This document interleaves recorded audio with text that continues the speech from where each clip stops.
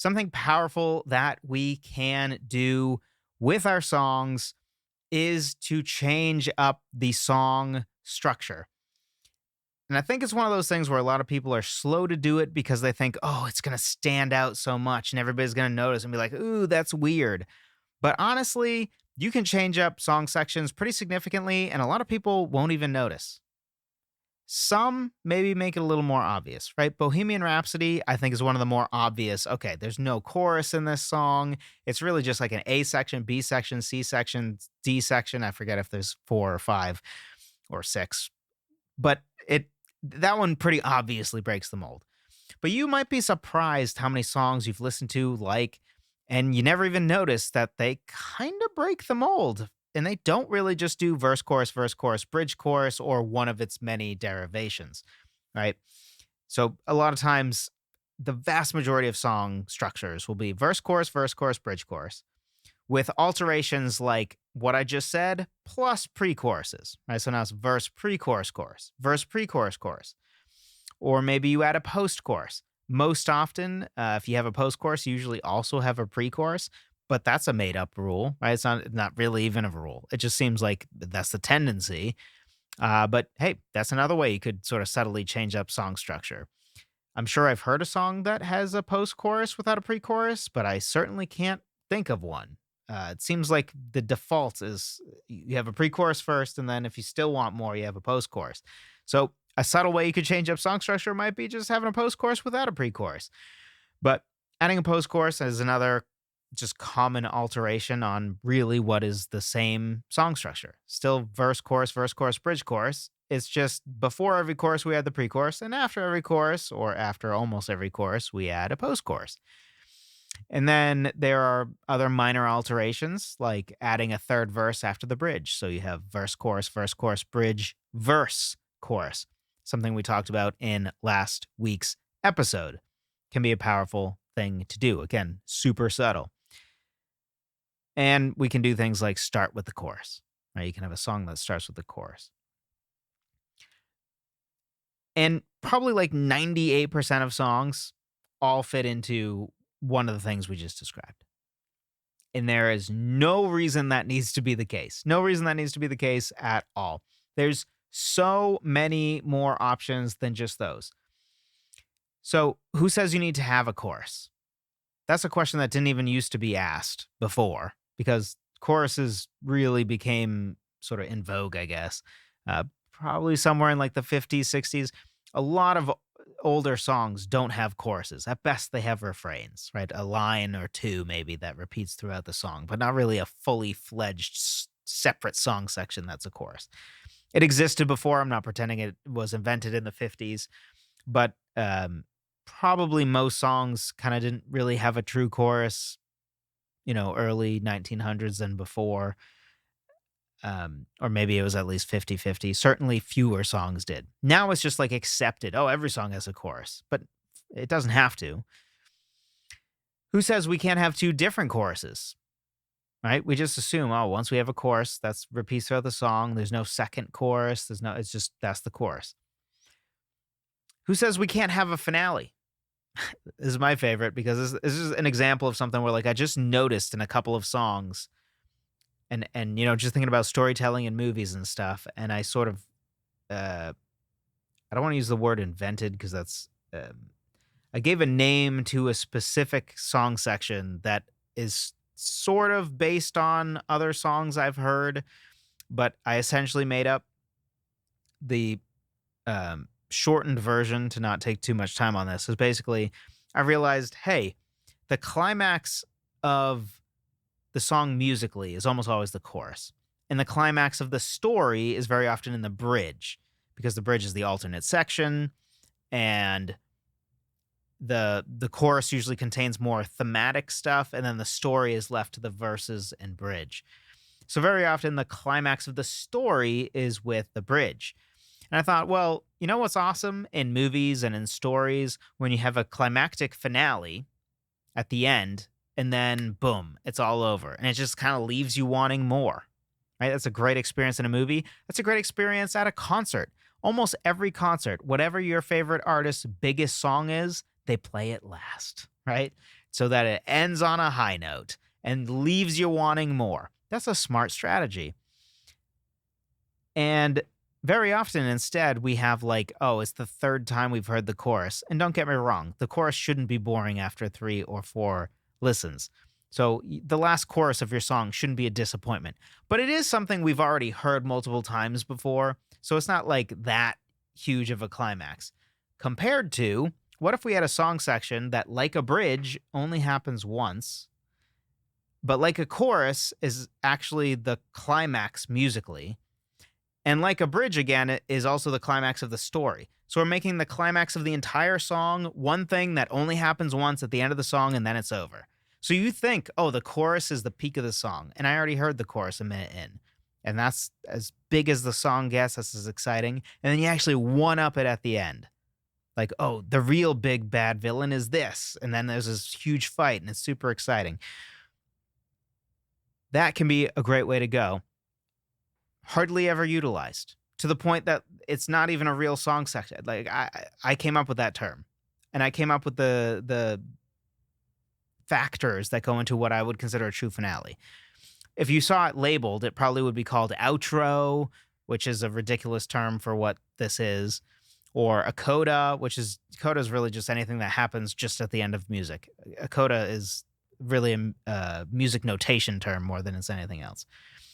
So who says you can't have a finale or your own invented song section that breaks the stereotypes or the normal, oh, chorus is this and a bridge is this? And who says we can't have 2 bridges? Who says we can't have 2 bridges? For our songs, something that we should be thinking of is what's right for the musical journey of our song or the musical progression, and what's right for the story and lyrical journey. What's right for telling your story. That's sort of how I came up with the finale thing, right? I thought about, hey, what sometimes makes an awesome story is when it has the big climax at the end, and then it just is over, and then it kind of leaves you wanting more. Like that's a story strategy that I personally like a lot, and so I inserted it into songwriting. We can do the same thing with however you want to tell your story, whatever you feel like is the best way to tell your story in the context of a song, whether it's, doubling up on the verses, creating an alternate song section that borrows elements from the bridge and the pre-chorus and it kind of changes things up, or having a totally second chorus, essentially, where you have a totally different chorus every time. I don't know.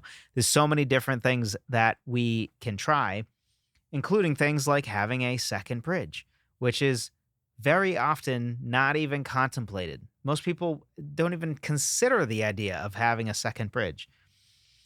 And I think a part of it, again, is the fear, oh, it's too different. That's crazy. 100 Years is a huge song. Probably most of you have heard 100 Years before this episode. This is probably not your first time hearing it, unless you're like, I don't know, 12 years old. For most of you, you've heard this song. Very big song. And I think rightfully so. This, again, is not a music appreciation or anything like that we're trying to learn. So this isn't me trying to tell you how great these songs are. That's not really the point. But I do think 100 Years is one of the greatest. It's a fantastic song. I wonder how many people haven't even noticed there is essentially a second bridge in this song. There's essentially a second bridge in this song. This song has verse, chorus, bridge, verse, and then there's sort of an alternate ramp-up chorus that's a little bit different than the other choruses, which, by the way, every chorus in this song is a little bit different, which we're going to talk about in the last track of this episode.